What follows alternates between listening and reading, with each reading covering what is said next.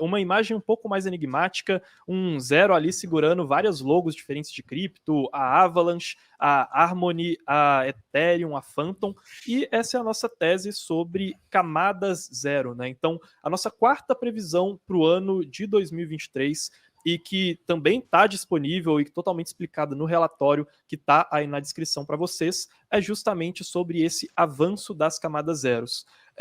Casta, você que voltou aqui para o meu lado agora pela terceira vez aqui no podcast, explica aí para o pessoal o que são essas camadas zero e por que a gente tem essa previsão que elas podem crescer no próximo ano, né?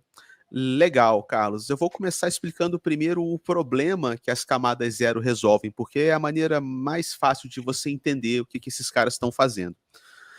A gente viu um histórico já, né, recontado e contado aqui pelos nossos analistas, de que a Ethereum surgiu, contratos inteligentes são legais, Ethereum ficou engargalada e várias outras redes surgiram em decorrência disso. Várias redes de primeira camada, Polygon, Tezos, Algorand, Solana, Phantom, e assim vai, né, mundo afora, e várias soluções de segunda camada, ZK Optimism, Arbitrum, Starkware, e aí a gente vai. Todos esses caras, todos eles, concorrem entre si na maneira de que eles oferecem programação de contratos inteligentes e eles possuem carteiras e eles possuem grana das pessoas dentro da rede. Então, quando a gente tinha só a Ethereum, toda a grana estava concentrada na Ethereum. Se eu fizesse um aplicativo na Ethereum, eu atendia todo mundo. Agora, a grana, os usuários, estão espalhados numa infinidade de rede, cara. Então, eu tenho que, por exemplo, a Aave quer atender vários usuários, ela tem que ficar duplicando a sua programação em várias redes e interconectar e fazer um trabalho que é totalmente mais complicado, trabalhar em mais de uma rede ao mesmo tempo. Então, as camadas zero, tá? As Layer Zero, com esse nome Layer Zero, elas são soluções criadas para permitir que diferentes ecossistemas consigam ter aplicativos que conversem entre si e trocar liquidez, trocar grana entre si de uma maneira mais fácil, para que esses universos que hoje são separados possam bem ou mal se comportar como se fosse um universo só. Entendi. Então parece que a gente está olhando muito mais para um problema, e aí a gente agora busca quem é que vai solucionar as soluções desse problema, né? De um dia para o outro parece que surgiram várias redes, e aí você primeiro acaba tendo que dividir o seu dinheiro entre todas elas, não consegue fazer operações tão complexas, e ao mesmo tempo também cria alguns problemas de segurança, né? Na conexão entre essas blockchains. É como se elas fossem ilhas de segurança, mas as pontes para poder atravessar entre elas são velho oestes, né? Digamos assim, que não conseguem ser tão explorados pelos usuários. Não é isso, ô Igor? Acho que você também poderia comentar um pouco para a gente, até sobre a ótica dessa infraestrutura, né? Como que você vê esse dilema e se as camadas zero podem avançar em 2023? Legal. Como o Costa falou, basicamente as blockchains, elas, acho que você comentou também, as blockchains, elas são essas ilhas, né? Essas ilhas seguras, e é muito difícil quando você vai passar de uma ilha para outra. Essas ilhas também, elas tendem a falar idiomas diferentes, então a maneira como a comunicação é feita em cada uma dessas blockchains é diferente. Então, transitar uma mensagem de um lugar para o outro não é uma atividade tão trivial.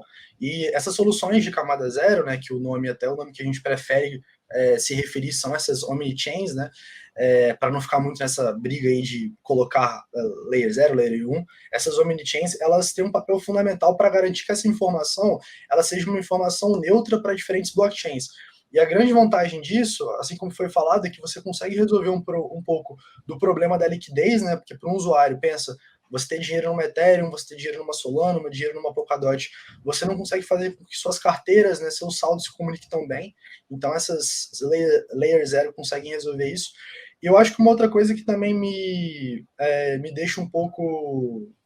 me interessa em relação a esse tipo de solução é na questão mesmo de armazenamento de informações e a possibilidade de você construir ali aplicações que elas sejam híbridas no futuro, né? Então, o que a gente tem notado um pouco nesse final de ano já são alguns projetos, não necessariamente projetos de layer 0, né? Mas projetos que tentam se beneficiar de um aspecto diferente de cada uma das blockchains. Então, às vezes, o projeto, por exemplo, ele coloca ali a prova de confiança dele na Ethereum, né? Mas utiliza, por exemplo, uma tecnologia, uma máquina virtual de uma Cosmos, ou até mesmo de uma Solana, e no fim do dia ele precisa ter um protocolo ali que consiga centralizar as transações, as informações dele, né? Eu acho que um projeto que, querendo ou não, a gente acaba estando posicionado é a Polygon, por conta do Polygon Avail, mas também a Chainlink faz isso muito bem com o CCIP, né? Então, acho que nessa linha, assim, é mais uma infraestrutura que vai ser crucial para os próximos anos e que provavelmente o usuário final ele não vai interagir diretamente, mas que ele vai ser muito importante para que as aplicações elas consigam ser construídas de uma maneira mais segura. Igor, e aí é até bem legal, e eu vou passar a bola para o Casta agora, porque aqui no nosso relatório eu estou mostrando para vocês um gráfico que tem várias blockchains diferentes ali, várias logos conectados, vocês já devem estar reconhecendo alguma delas, né? Lembrando o relatório que está aí na descrição.